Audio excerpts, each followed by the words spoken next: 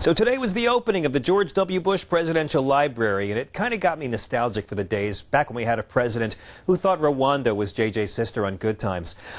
Presidents Carter, Bush 41, Clinton, and Obama all praised the presidency of George W. Bush, so for once they were all bigger liars than he was. Laura Bush, of course, spoke movingly of how kind her husband is to all the veterans who were wounded in Iraq because of her husband.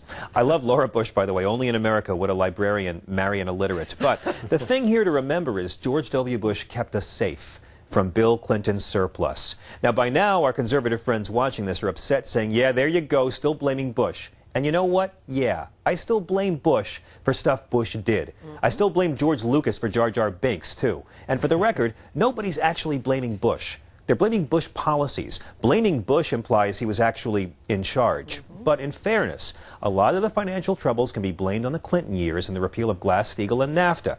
Well, I could finally criticize NAFTA around here. So tonight I want to mention some of the positive things George W. Bush did. Because when you put aside having 2 wars off the books while cutting taxes for rich people, then leaving a mess behind in the world's greatest financial dine and dash, ignoring warnings on bin Laden, reading My Pet Goat while his country was under attack because Cheney had things under control, never once balancing a budget, when you can look beyond the little things like opposing stem cell research, pulling out of the Kyoto Protocol, authorizing torture, calling torture enhanced interrogation, having the fewest press conferences of any president in history, but the most vacation days over 3 years of his 8-year term on vacation. When you get over your petty liberal grievances about withdrawing America from the 1972 anti-ballistic missile treaty, cocking up the Katrina disaster, heck of a job, Brownie, cutting veterans' health care by billions, cutting Pell Grant loans for students, shock and awe, making polluting corporations in charge of their own cleanup with penalties if they didn't, no penalties if they didn't, free speech zones, opposing expanded health care for National Guard families, wearing the flight suit. If you can rise above your childish hang-ups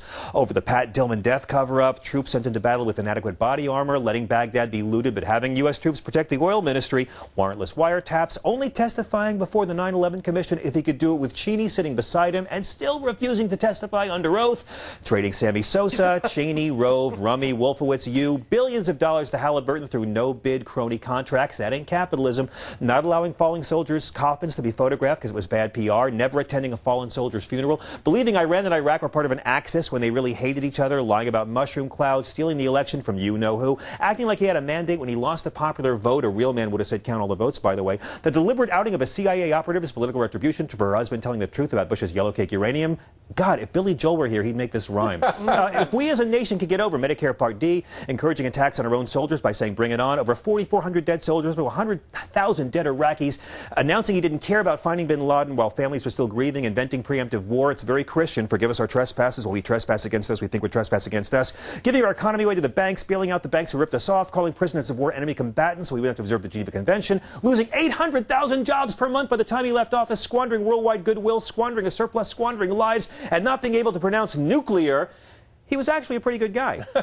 He tripled AIDS funding to Africa, raised the debt ceiling 7 times. That was freedom debt. Right in saying regular season baseball interleague play diminished the power of the World Series. Prosecuted the 20th 9/11 hijacker in criminal court. But most importantly, Bush's greatest achievement, for which I will always personally thank him, he didn't die in office. Amen. So thank you, President Bush. And thanks to all your tax cuts for creating all those jobs in Asia. Woo!